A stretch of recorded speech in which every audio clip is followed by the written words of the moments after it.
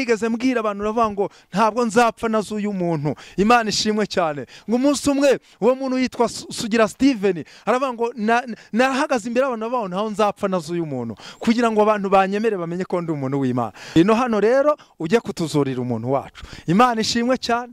Yo haleluya. Ngo nuko uwo mugabira bati ngo uyu muntu wacu wapfuye dore nubundi umaze iminsi uvuga yuko uzazura umuntu none tuzurira umuntu wacu.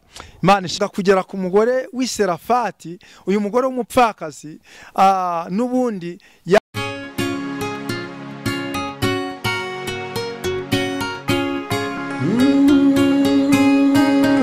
Emana we Yesu we ingoma yawe ni amamare. Ishimwe cyane. Turabaramukije bene data bo mu mpande enye z'isi, abari muri Aziya, Amerika, Uburayi, Australia, Afrika yacu, igihugu cyacu cy'u Rwanda, bakunda ijambo ry'Imana. Uwiteka Imana abaho umugisha mu izina rya Yesu. Nkuko bimeze rero dufite ubutumwa bwiza bushingiye ku ijambo tugiye gusoma mu gitabo cya mbere cy'Abami, ibice byaho ni 17 umurongo wa 24. Haranditswe ngo uwo mugore abwira Eliya ati noneho menye ko uri umuntu w'Imana koko kandi ko ijambo ry'Uwiteka uvuga ko ari ry'ukuri. Amen. Muri iyi minsi tubona abantu benshi cyane bitirwa izina ry'Imana, ariko wagenzura ugasanga nubundi nubwo bitirirwa izina ry'Imana ugasanga atari abantu b'Imana koko. Ariko ndashaka kugira ngo nibura iri jambo tugiye kuganiraho Imana yampaye kubaganirizaho ubashe kugenzura umenye uwo uriwe, kandi ubashe kumenya n'icyo wakora nusanga utari umuntu w'Imana, ubashe kumenya ikintu ukwiriye gukora kugira ngo nibura abantu babone ko uri umuntu w'Imana. Imana ishimwe cyane. Bityo rero uyu Eliya tumuzi nk'umukozi w'Imana wakoranaga n'Imana, kandi imbaraga z'Imana zajyaga zibana nawe. Uyu Eliya numwe wavuze ngo magaritse imvura nizongere kurwa, imvura irahagarara. Uyu Eliya numwe wamanuye umuriro mu ijuru, aravuga ngo niba ndi umuntu w'Imana koko umuriro nuve mu ijuru ugutwikane n'ingabo zawe. Ingabo zirashya, umuriro urazitwika, zirakongoka, zirashira, haza n'indi batayo nayo irashya. Uyu Eliya numwe mu bantu Imana yakoreshaga ibitangaza cyane mu gihe cye. Ariko ubwo nubundi yazaga kugera ku mugore w'Iserafati, uyu mugore w'umupfakazi nubundi yaje kubayo. Ntabwo nshaka kwinjira mu mateka ye cyane kuko umwanya dufite ni mutoya cyane. Ntabwo nshaka kuvuga iby'ukuntu yagiye ku kagezi k'Ikereti kakaza gukama, Imana ikamwohereza kuwa mupfakazi w'Iserafati. Noneho ageze Serafati ngo yaje kubwira uwo mugore, aramubwira ati mereza utuzi two kunywa. Umugore amuzanira utuzi two kunywa, aranywa. Amaze kunywa noneho ngo abwira uwo mugore ngo mereza n'umutsima wo kurya. Umugore aramubwira ati nkurahiye Uwiteka Imana ihoraho, dore nagafu kuzuye urushi, n'urushi rumwe rw'agafu ufite, dore ndatoragura udukwi tubiri ngiye kukavuga, nimara kukavuga nubundi nkarya n'abana banjye twipfire, none nta kindi ifite rwose, ntacyo nakwima. Ngo Eliya arangije abwira uwo mugore ngo genda ukavuge, ubanze umereze mbanze ndye, nubundi ndagusabira umugisha. Imana ishimwe cyane.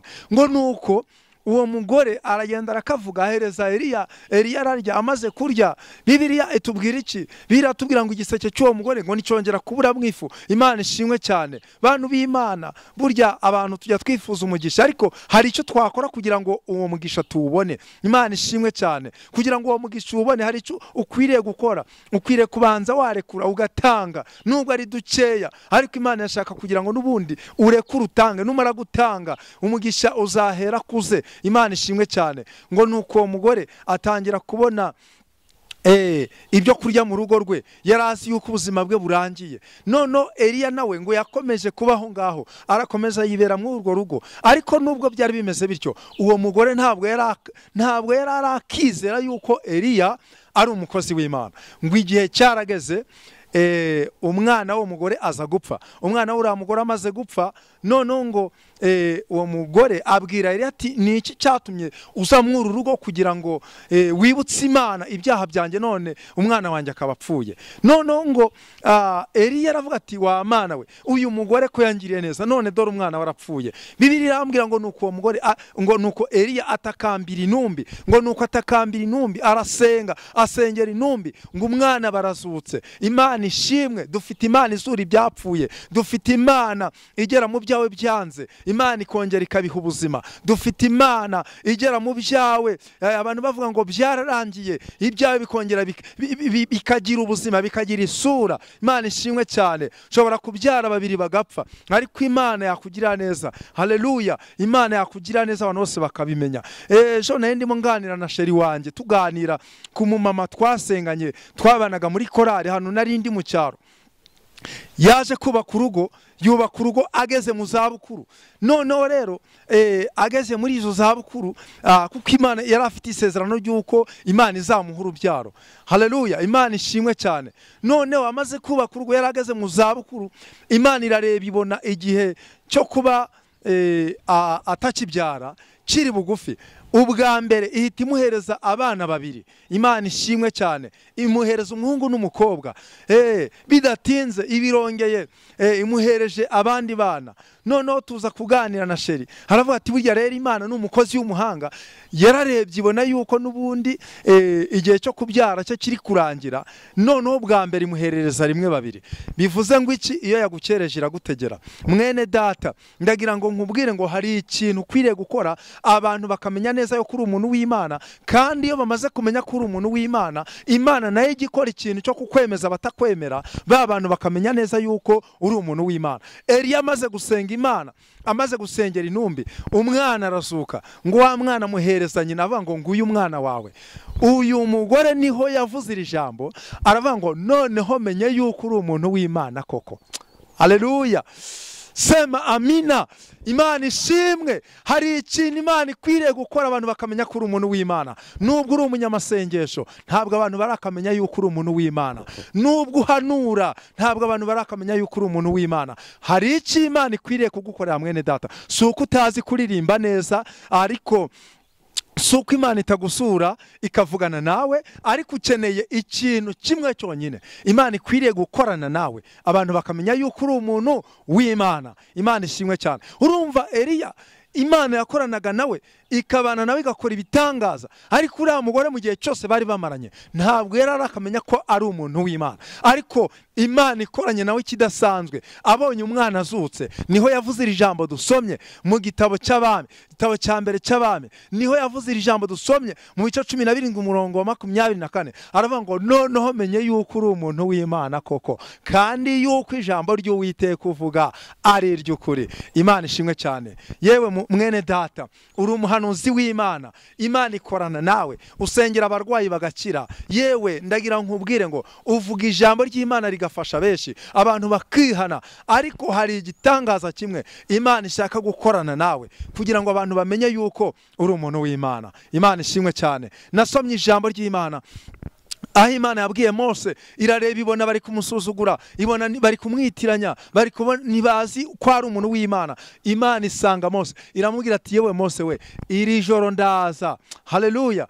Iramubwira ngo uyu munsi ndaza huri, ndi mu nkingi y'igihe mvugana nawe, bakwemera iteka. Hari ikintu Imana ikwiriye kugukorera kigatuma bagupinga bakwemera. Hari ikintu Imana ikwiriye kugukorera mu muryango bakakwemera nk'umukazana mwiza. Hari ikintu Imana ikwiriye kugukorera yewe wa mubyeyi we, umva nabo muvukana bakakwemera. Hari icyo Imana ikwiriye gukora wa mugabo we, umugore wawe akakwemera, akajya avuga ngo mu bandi bagabo nta mugabo umeze nk'uwanjye. Hari icyo Imana ikwiriye kugukorera mwene data. Ndumva hari icyo Imana ishaka gukora, ariko nawe ukwiriye kubigiramo uruhare. Ijambo ry'Imana rivuga iki? Riravuga ngo nimusabe muzahabwa, kandi si uko udasenga, ariko biravuga ngo murasaba nimuhabwe kuko musaba nabi. Reba ibyo uri gusaba muri iyi minsi, senga Imana uyibwire ngo Mana ndashaka shaka ikimenyetso cy'ibyiza. Hari umuntu umwe wavuze ngo nigeze mbwira abantu uravuga ngo ntabwo nzapfa nazuye umuntu. Imana ishimwe cyane. Ngo umunsi umwe uwo muntu yitwa Sugira Steven aravuga ngo narahagaze imbere y'abantu bavuga ntaho nzapfa nazuye umuntu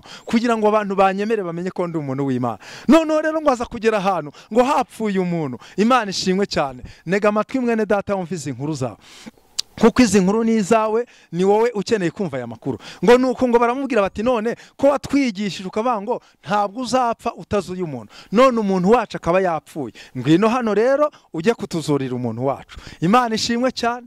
Yo haleluya. Ngo nuko uwo mugabo witwa Sugira, wa mugabo mwakunze cyane wigisha cyane, wari ufite ijambo ry'Imana cyane, buno sinzi ntabwo mperutse kumwumva cyane, ariko yari afite ijambo ry'Imana muri we. None ngo aragenda ageze aho hantu hari hapfuye umuntu, ngo bamujyana ahantu umurambo wari uri, baramubwira bati nguyu umuntu wacu wapfuye, dore n'ubundi umaze iminsi uvuga yuko uzazura umuntu, none tuzurira umuntu wacu. Imana ishimwe cyane. None ngo arangije arabaza ati none se uyu muntu umugenzuye muri kureba mukabona icyamwisha ari igiki? Ngo barangije baramubwira bati uyu muntu turebye turukureba tugasanga ni Imana yamucyuye, ni Imana yamusaruye rwose pe, ni Imana yamwicyuriye. Arangije aravuga ati umva rero naringize ngo ni Satani wamwishe, none njyewe najya guhangana na bosi wanjye.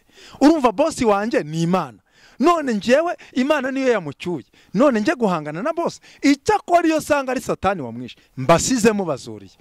Mwene data, haleluya, ukwiriye gusenga isengesho rivuga ngo Mana korana nanjye igitangaza gihamye mu bandi, aba bantu bampinga ku musozi ntuyeho nibanyemera, mu cyumba cy'amasengesho nibanyemera, mu itorero sengeramo nibanyemera, ahangaho n'ubundi no mu rugo rwanjye nibanyemera. Hari icyo Imana izakorana nawe uwo munsi bakwemere, kandi Imana itagikoze. Ndagira nkubwire ngo nta na rimwe wazemerwa nk'umukozi w'Imana.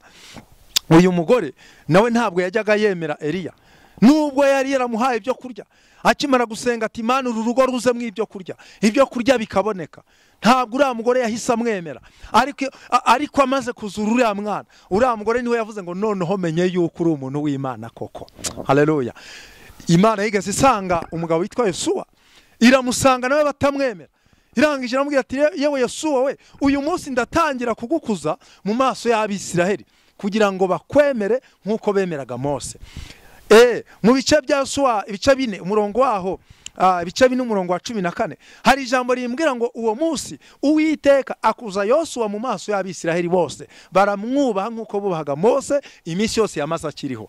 Mwene data, wibyigana ujya kwishakira icyubahiro. Icyubahiro ni Imana igitanga. Nca bugufi ubwira Imana ngo Mana, niba waramamagaye ugashyira impano zawe muri njyewe, ukemera yuko mba umukozi wawe, nanjye nyemerera unkoresha igitangaza hano mw'uyu mudugudu, abantu bamenye neza yuko ari wowe wamamagaye. Erega burya hari Imana twizeye ntabwo ari umuswa. Imana twizeye ifite ubwenge. Hari ikintu igomba kukuremera kigatuma bakwemera. Rese wowe wagize ngo ubwenge ufite, impano ziri muri wowe, nubwo ubifite ari byinshi, ariko kubera ko uri umukene ntabwo bakwemera. Imana ni kuremera ikibemeza mwene data. Sema amina. Kandi Imana irabishoboye. Je muri yarasanze inkora ku maso, ngiye kubona mbona depo, ngiye kubona mbona ya depo irimo ibintu byinshi cyane. Imana irambwira ngo erega muri depo yanjye nta kibuzemo. Mwene data, muri depo y'Imana harimo amafaranga. Wijya kwirigura ukubeshya ushaka kwirwanira ngo utange Imana imbere. Senga Imana uyibwire ngo Mana mereza amafaranga abantu babone ko ndi umuntu wawe. None ntabwo nzahanurira abantu ngo Imana ibubakiye inzu nanjye nta nzu ufite. Oya, bwira Imana amazu yose ni Imana, amabanki yose yo mwisi ba manager bayo bari munsi y'ukuboko kw'Imana. Ubutunzi bwose bwo mwiyisi nuvuga ngo buri mu biganza by'Imana. Bibiliya iravuga ngo ibyo mwisi byose ni ibyanjye, ndetse n'abayirimo bose nabanje. Senga Imana uyibwire ngo Mana ndashaka kugira ngo undemere ikintu cyerekana yuko ndi umukozi wawe, mu muryango babimenye, ku musozi ntuyeho babimenye, mu ikaritsiye babimenye, aho sengera babimenye, abanzi n'abatabizi babimenye. Haleluya, mvugira ngo amina. Kubera yuko Adonayi, Imana ishobora byose, Imana yimura imisozi itabimenye, ndimo mbona hari ibintu iri kwimura ku buzima bwawe, ariko ikambwira ngo nta ruhare bigizemo, ntacyo yakumarira. Kuki Imana yabwiye Yeremiya ngo ntabaza ndagutabara? Ntiyarebaga ikibazo afite. Nawe jya imbere y'Imana, ongera usenge, uhindure isengesho bwira Imana ngo Mana, umva nagusabaga umufuka w'umuceri ejo ugashira, none ndi kugusaba ikimenyetso kimwe uzankorera kikereka abantu bose yuko ndi umuntu w'Imana. Kandi abantu nibamara kumenya ko uri umuntu w'Imana, muri Amerika bakamenya ko uri umuntu w'Imana, mu Burayi bakamenya ko uri umuntu w'Imana, Australia bakamenya ko uri umuntu w'Imana, Europe bakamenya ko uri umuntu w'Imana, Afrika bakamenya ko uri umuntu w'Imana. Ndagira ngo nkubwize ukuri, amafaranga yo mu majyaruguru n'amajyepfo, iburasirazuba n'iburengera bwaryo azabwirana, ubutunzi bwose buzabwirana, uzajya kubona ubone byose biraza bigusanga. Noneho na wa wundi utakwemeraga azavuga ngo burya uriya ni umuntu w'Imana. Pasiteri akwima ijambo mu mudugudu, ariko ndagira ngo nkubwire ngo no hejuru bazaguhamagara baguha ijambo, kubera yuko Imana izabikuremeye ikintu cyemeza yuko uri umuntu w'Imana. Nkubwire iyindi story utaruzi. Yesu nawe ntago bamwemeraga, shuti yanjye, ntago bamwemeraga nk'umuntu w'Imana. Noneho ngo inshuti ye yitwaga Lazaro ngo irarwara, noneho ngo bashiki be batuma kuri Yesu bati ukunda ararwaye, none ngwino urebe ko hari icyo wamumarira, dore n'abandi barwayi barakira. Noneho ngo Yesu ngo arangije ababwira ati nimugende mu mubwire ngo iyo ndwara arwaye ntabwo ari yo kumwica, ahubwo niyo kubahisha data ndetse n'umwana we. Imana ishimwe cyane. Ibibazo ufite rega ntabwo ari ibyo kukwica, ibibazo ufite ntabwo ari ibyo kukwica, ahubwo ni ibyo kubahisha Imana data n'umwana wayo. Noneho ngo nuko hashize iminsi mikeya ngo bagiye kubona babona Lazaro arapfuye. Noneho ngo bategereza ko Yesu ari buhagere, babona Yesu ntabwo yiri waza. Nejo barategereza babona Yesu ntabwo aje. Noneho ngo iminsi 4 ishize, Lazaro bamaze kumushyingura ngo babona Yesu araje. Baramubwira bati nyamara iyo ugera hano mbere atari yapfa ntabwo aba yarapfuye, none dore twamaze no kumushyingura. Noneho ngo amaze kubabwira gutyo, bamaze kumubwira gutyo, aravuga ati ariko nyamara nimugira kwizera muri bubone ubwiza bw'Imana. Shuti yanjye, ni wizera imbaraga z'Imana, iyo uyifashe nk'inyanege nkeya nayo kwiyereka nk'inyanege nkeya. Nugira kwizera, Imana irakwiyereka nk'Imana y'inyembaraga nyinshi, kandi nuyifata nk'inyanege nkeya nera kwereka mu ntege nkeya. Ariko ndagira ngo nkubwire ngo uyu mwanya usenga Imana muri iyi minsi, uyibwire ngo Mana ntabwo banyemera, nshaka yuko nkorera igitangaza kikemeza abantu yuko ari wowe nkorera, ari wowe n'ubundi nakurikiye. Ngo nuko Yesu ngo baramubwira bati yuhaba ntabwo aba yapfuye. Yesu arababwira ati nimwizere muri bubone ubwiza bw'Imana. Rangije rero arababwira ngo none mwamushyinguye hehe? Ngo baramumanukana. Shuti yanjye nega amatwi wumve neza, ngeza aho biryoshye. Ngo nuko baramumanukana, ngo bamugeza ahantu ku gituro, ngo abwira bari baraho ngo imbaga nyamwinshi yari yaje mukurikiye, ngo arababwira ngo nimukureho icyo gitare. Ngo baravuga bati oya, uyu ni umunsi wa 4 dore aranuka, ntabwo ikintu uko twagikira. Arangije ngo arababwira ati ariko sinababwiye ko nimwizera muri bubone ubwiza bw'Imana nimukureho icyo gitare? Ngo nuko igitare bagikura. Ngo arangije aravuga ngo Lazaro sohoka aho ngaho, sohoka muri icyo gituro, uzirinde ijambo, indi nkuru nziza cyane utaruzi. Burya Yesu aravuga bikaba, yategeka bikagira ute bigakomera. Iyo aramuka avuze ngo abari mu bituro mwese nimumvemo, yumva inkuru nziza iryoshye cyane. N'abapfuye kera muri rimwe, nabo amagufa yamaze kubura, yari kongera akaboneka bakazuka. Ariko arahamagara ngo Lazaro sohoka muri icyo gituro. Ngo nuko uwo mwanya ngo bagiye kubona babona Lazaro arasohotse, ngo yari ahambiriweho imigozi. Ngo nuko ngo arababwira ngo nimumuhambure mumureka agende. Iki ni igihe cyo kugira ngo Imana ikubohore. Hari ibikuboshye, hari ibyakingiranye umugisha wawe, hari ibyagukingiraniye muri karande. Merutse kugera ahantu umuntu yambwiye ngo ngwino ujya gusengera abantu banjye bararwaye. Ngezeyo ni umuntu ukomeye cyane ufite n'amamodokari, ngezeyo sanga hanavuka ni mu bukene cyane handi bwa karande. Arangije arambwira ati usengera n'uyu muryango wabaswe na karande z'ubukene, nta muntu wegura umutwe mu uyu muryango. Ariko ndangije ndavuga ni none se wowe kuki wavuye mukegura umutwe ukaba uri umukire ufite n'amamodoka munsi y'ukuboko kw'Imana? Imana ishimwe cyane. Ndagira nkubwire ngo hari ibintu byagufungiraniye muri karande biragufungira kugufungirana, ariko ndagira nkubwire ngo hari Imana ishobora kugukura aho hantu Satani yagufungiraniye, Imana ikakubohora, abantu bakamenya yuko uri umuntu w'Imana. Nyemerera dusenga Imana. Ni ukuri uyu mwanya ngiye kugusengera Imana, ariko nawe bigiremo uruhare. Uku kwezi kwa gatatu kutarashira, ufata amasengesho. Ni ukuri wihata ikintu cyitwa isengesho. Icyo urasaba Imana, Imana yiteguye kukiguha, kandi abantu bose batakwemera bazamenya ko uri umuntu w'Imana. Reka dusenge. Mana, turagushimye mu izina rya Yesu Kristo. Uri Imana igira neza bugacya bukira. Ni wowe wasanze n'ubundi Aburahamu, uramubwira ngo nzaguha umwana w'umuhungu, kandi Mwami Imana Nyiringabo, igihe kigeze umwana w'umuhungu waramumuhaye. Ntabwo ujya ubeshya. Abantu barabeshya, ariko we ntabwo ujya ubeshya. Nubwiye Dawidi ko azaba umwami, nubwo yanyuze mu ntambara nyinshi, ariko igihe cyarageze yicara ku ntebe y'ubwami. Ni wowe wakuye Morodekayi ku irembo ry'ibwami. Mwami, ntabwo ujya ubeshya, ntabwo ujya uhinduka. Wavuze neza yuko abantu bawe Mwami uzabagirira neza, bakubaha ntacyo bazabura. Data wa twese, sengeye abantu bawe bagiye gukurikirana ubu butumwa wamaye kugeza ku bantu bawe, ko muri depo yawe harimo byose. Ababuze urubyaro bazarubona, ababuze Mwami Imana Nyiringabo ubuzima bazabubona, abafite uburwayi bwanze gukira buzakira, abafite intambara zanze gukira zanze gushira zizashira, abatabemeraga bamenye yuko ari abantu bawe. Icyo ngusabye Mwami Imana, ndimo senga, girira neza abantu bawe bagiye gukurikirana ubu butumwa. Umuntu wese umuremera ikimenyetso cy'ibyiza Mwami, kimwereka yuko ari wowe Imana ishobora byose, kandi yuko abakwiringira batazakorwa n'isoni. Urakoze kubw'uyu mwanya uduhaye. Dusengeye abantu bawe bagiye gukurikirana ubu butumwa, bazahabwa umugisha, kandi Mwami Imana Nyiringabo bazagirirwe neza nawe mu izina rya Yesu. Amen. Mana bamugisha. Yego, nimero ya telefone ni 07 8545236 07 8545236. N'ubundi iri kuri WhatsApp. Nomero buno WhatsApp yanjye yaranze ni 07 3 200 808 07 3 200 808. Shalom shalom.